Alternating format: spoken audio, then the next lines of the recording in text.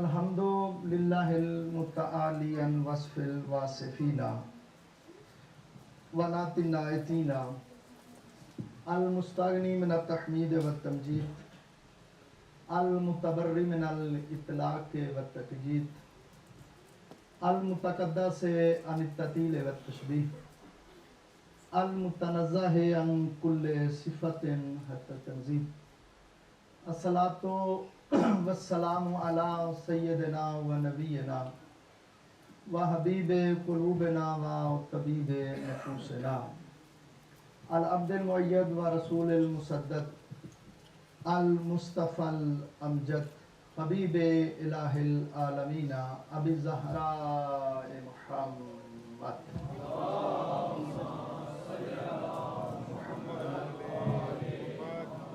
والصلاۃ والسلام علی وسیعہ و سحرہ نصیرہ و نصرہ ظہیرہ و ذخرہ علی امیر المومنین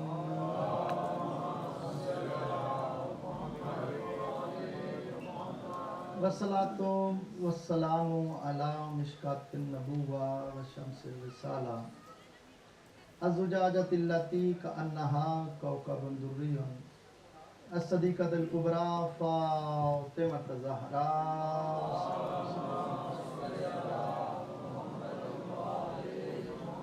والصلاۃ والسلام علی صفۃ الرحمہ سیدہ شباب اہل الجنہ طیب المخصوص امام السعید الشہید ابی عبداللہ الحسین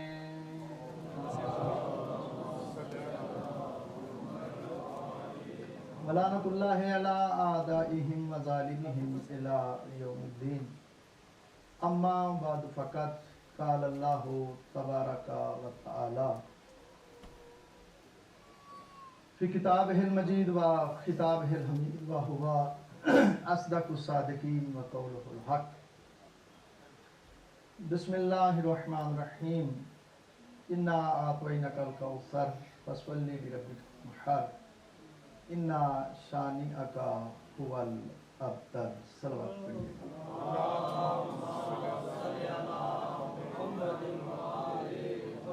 نعرہ تکبیر نعرہ تکبیر نعرہ رسالت نعرہ رسالت نعرہ حیدری نعرہ حیدری حسینیت حسینیت یزیدیت یزیدیت محمد و آل محمد پہ بلند آواز سے صلوات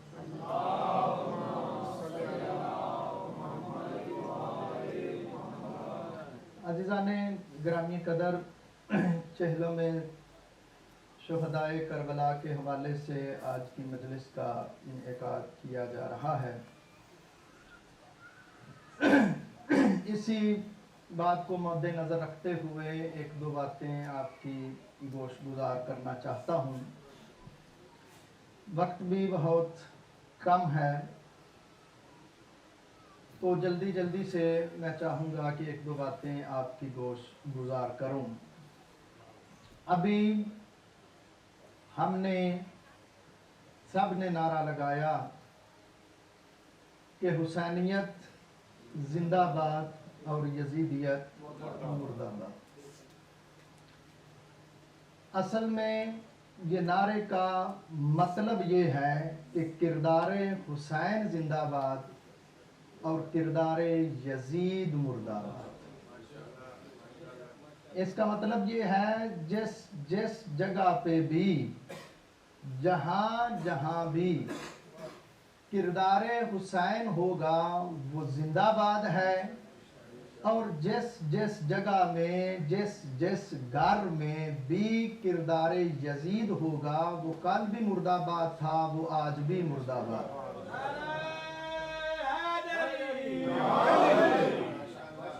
میرے عزیزوں، اگر ہم دیکھیں تو اہل بیت علیہ الصلوۃ والسلام نے کائنات کو امام حسین علیہ الصلوۃ والسلام کی طرف راغب کیا ہے، رغبت دلائی ہے۔ امام حسین علیہ الصلوۃ والسلام کو بڑی جگہوں پر بڑے فرامین میں معصومین نے چاہا کہ لوگ معرفت حسین سے آشنا ہو جائیں. نبی نے فرمایا ان الحسین مصباح الخدا و سفینۃ النجات. حسین جو ہے وہ ہدایت کا چراغ ہے اور نجات کی کشتی ہے. اس کا مطلب کیا ہوا؟ جس نے ہدایت لینی ہے اس کو بھی در حسین پہ آنا پڑے گا، اور جس کو جنت میں جانا ہے اسے بھی کردار حسین اپنانا پڑے گا.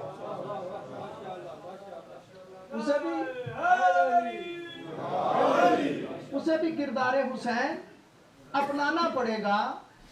میرے عزیزوں، 28 رجب کو میرے مولا نے مدینہ چھوڑا، اور جب میرا مولا مکہ پہنچا تو 4 مہینے اور 5 دن رہ کے میرے مولا نے 8 ذی الحج کو ہی مکہ چھوڑنے کا ارادہ کیا. توجہ رکھیے گا، واسے 1-2 باتیں. 8 ذی الحج کو مکہ چھوڑنا چاہا تو میں نے کہا مولا اگر چھوڑنا ہی تھا تو کچھ دن پہلے چھوڑ دیتے، آج ہی کیوں؟ کہا اس لیے کہ 8 ذی الحج کو سارے حاجی مکہ میں اکٹھے ہو جاتے ہیں. سارے حاجی جہاں جہاں پہ بھی ہوں وہ مکہ میں اکٹھے ہو جاتے ہیں، اور میں حسین سب کے سامنے یہاں سے نکلوں گا تاکہ کل کو کوئی یہ نہ کہہ سکے حسین چلے گئے اور ہمیں پتہ ہی نہیں چلا. میں اس لیے سب کے ہوتے ہوئے کعبہ سے نکلوں گا. اور طریقے اٹھا کے دیکھیے یہاں پہ ہونا کیا تھا. روایات کہتی ہیں کہ بھیجنے والے نے حاجیوں کے لباس میں امام حسین کو قتل کرنے والے بھیجے، اور جن کو بھیجا ان کے پیچھے ایک اور لشکر بھیجا کہ جب وہ امام پہ حملہ کریں تو تم نے فوراً ان پہ حملہ کرنا ہے. نہیں، آپ نے توجہ نہیں فرمائی. تم نے فوراً ان پہ حملہ کرنا ہے. کیوں؟ اس لیے تاکہ پتہ نہ چلے کہ قاتل ہے کون. تو میرے مولا نے احرام کو توڑا، حج کو عمرے میں تبدیل کیا. کیوں؟ تاکہ دنیا آنے والی نسل قیامت تک پہچان لے کہ اصل میں حسین کے قاتل ہے کون. نہیں، آپ نے توجہ نہیں فرمائی. کیا کس طرح؟ میرے عزیزوں توجہ فرمائیے گا. آج ہم جو لوگ افراد میں شہید ہوئے ان کے قاتل نہیں بتا سکتے. نہیں توجہ فرمائی. آج بھی جو افراد شہید ہوئے، افراد میں، لوگوں میں، مجمع میں شہید ہوئے، قاتلوں کا پتہ نہیں. مولا علی کے قاتل کا پتہ نہیں، امام حسن، جناب سیدہ نہیں پتا. لیکن امام حسین نے کہا میں چاہے جنگل میں جا کے شہید ہوا لیکن میں قاتل کے چہرے سے ایسا نقاب پلٹوں گا دنیا قیامت تک کہتی رہے گی یزید کا بھی لعنت اللہ تھا. آج بھی لعنت اللہ ہے. اور میرے عزیزوں، میرے کہنے کا مقصد یہ ہے کہ صرف صرف یزید قاتل حسین نہیں، آپ خاموش ہو گئے، توجہ نہیں فرما رہے، تھوڑا غور فرمائیے. صرف یزید امام کا قاتل نہیں، بلکہ قتل امام میں ہر وہ بندہ شامل ہے جو یزید کو یزید بنانے والا ہے. بس مجھے اشارہ کرنا تھا، جو سمجھ گئے وہ سمجھ گئے. جو یزید کو یزید بنانے والا تھا وہ امام حسین کے قتل میں شامل ہے.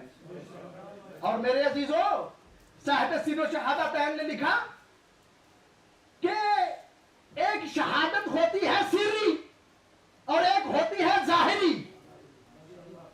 ظاہری شہادت جو ظاہر میں مارا جائے، اور باطنی شہادت بھی ہوتی ہے. اور اللہ نے نبی کو دونوں شہادتیں دی، ایک ظاہری اور ایک باطنی. ظاہری شہادت دی امام حسین کی وجہ سے. نہیں تو وجہ فرمائی، لکھا کہ ظاہری شہادت دی امام حسین کی وجہ سے.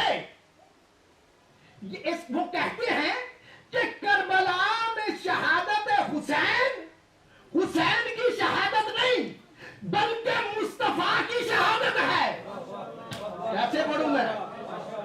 بلکہ مصطفیٰ کی شہادت ہے. تو اس کا نتیجہ کیا نکلا؟ مطلب یہ ہوا قاتل حسین نہیں، قاتل مصطفیٰ ہے.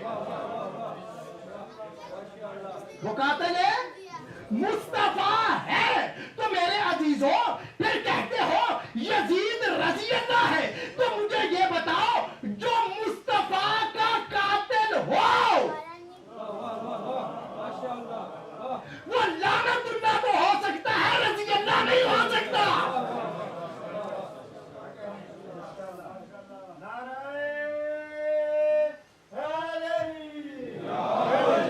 وہ لعنت اللہ تو ہو سکتا ہے، وہ رضی اللہ. تو میں نے کہا مولا آپ نے 8 کو میرے مولا نکلے، اور جب میرے مولا نکلے تو کہا مولا کیوں؟ کہا اس لیے کہ حاجیوں کے لباس میں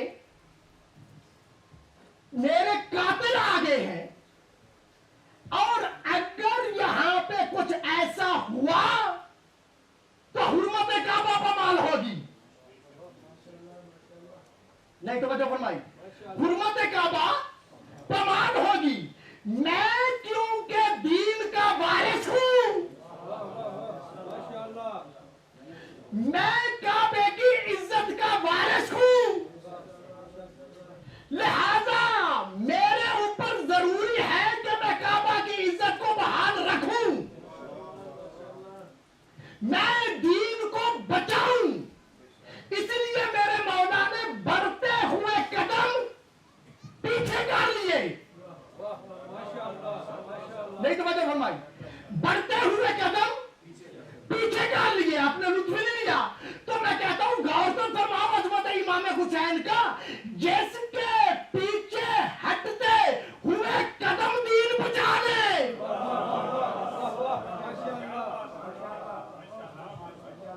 اس کے بڑھتے ہوئے قدم کس عزت کے بعد، کس عظمت کے مالک ہوں گے. اور حرمت کعبہ کو بچایا ہے امام حسین نے. بات آپ کی سنی نہیں، پہلے بھی 1-2 دفعہ کی. میرے عزیزوں، کعبہ کی عزت کو بچایا امام حسین نے، اہل بیت نے. ورنہ تو کچھ لوگ تھے جو کعبہ کے سائے میں بیٹھ کے نبی کے خلاف پراپیگنڈا کرتے تھے. تاریخ نے 6 افراد کا نام لکھا ہے جو کافر تھے، اور کعبہ کے دیوار کے سائے میں بیٹھ کے کہتے تھے نبی کا وارث کوئی نہیں،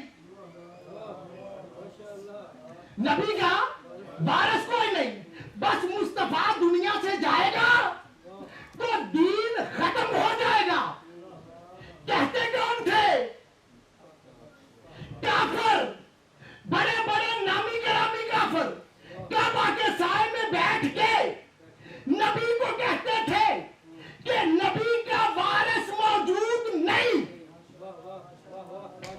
آپ توجہ نہیں فرما رہے. جو میں کہنا چاہتا ہوں توجہ فرمانا خدا کے لیے.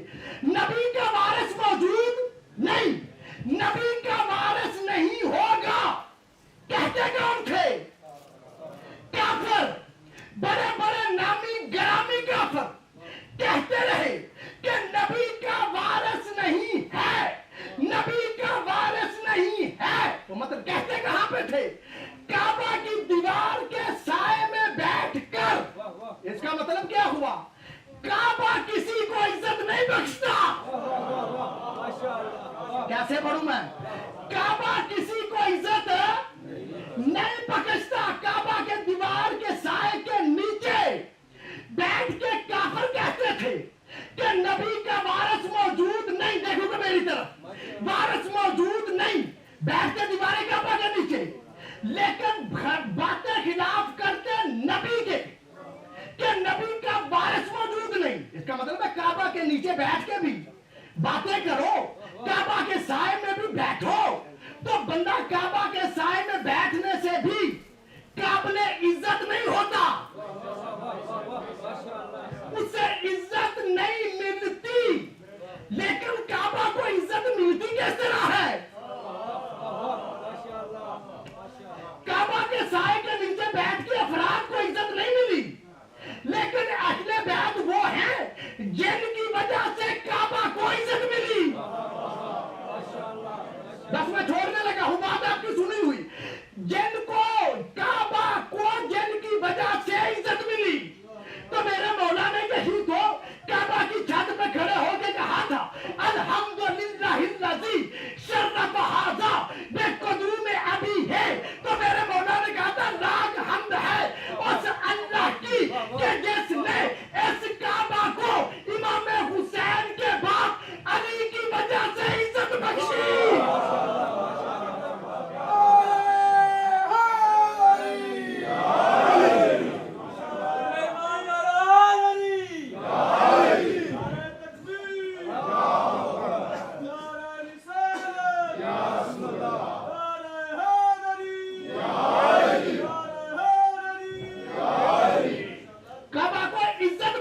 کس طرح کہا؟ مولا دیکھ کے کہتے من کان بالامس بیدن. خدا کے لیے رخ لینا. مولا دیکھ کے کہتے ہیں کہ کن تک صرف ایک گھر تھا, وہ اصبح قبلہ, اور جب اس میں علی آئے تو پھر یہ قبلہ بنا. پھر یہ جو جاگرے جملہ سنا, مولا دیکھ کے کہتے ہیں دنیا والوں سنو عظمت امام حسین. حسین کسے کہتے ہیں؟ حسین کسے کہتے ہیں؟ حسین کتنی عظمت کا مالک ہے. مولا دیکھ کے کہا دستار سب کا دستار من ناسن حجرہ بل حجر یستالم یدائے. پوری دنیا حجر اسود کو بوسہ دیتی ہے, اور حجر اسود وہ ہے جو حسین کو بوسہ دیتا ہے.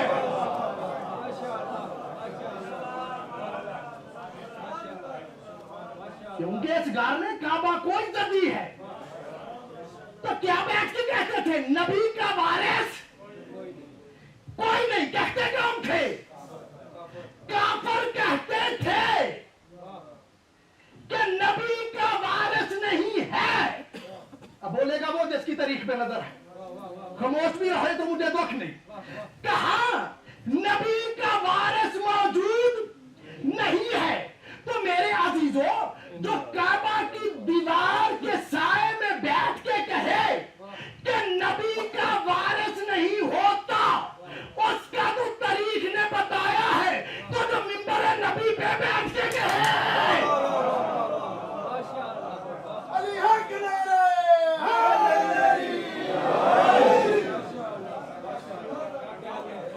توجہ فرمائی میرے عزیزوں. کہا دیکھو کہ یہ جنگ مذہب کی نہیں, بلکہ یہ جنگ ہے دو شکلوں کے درمیان.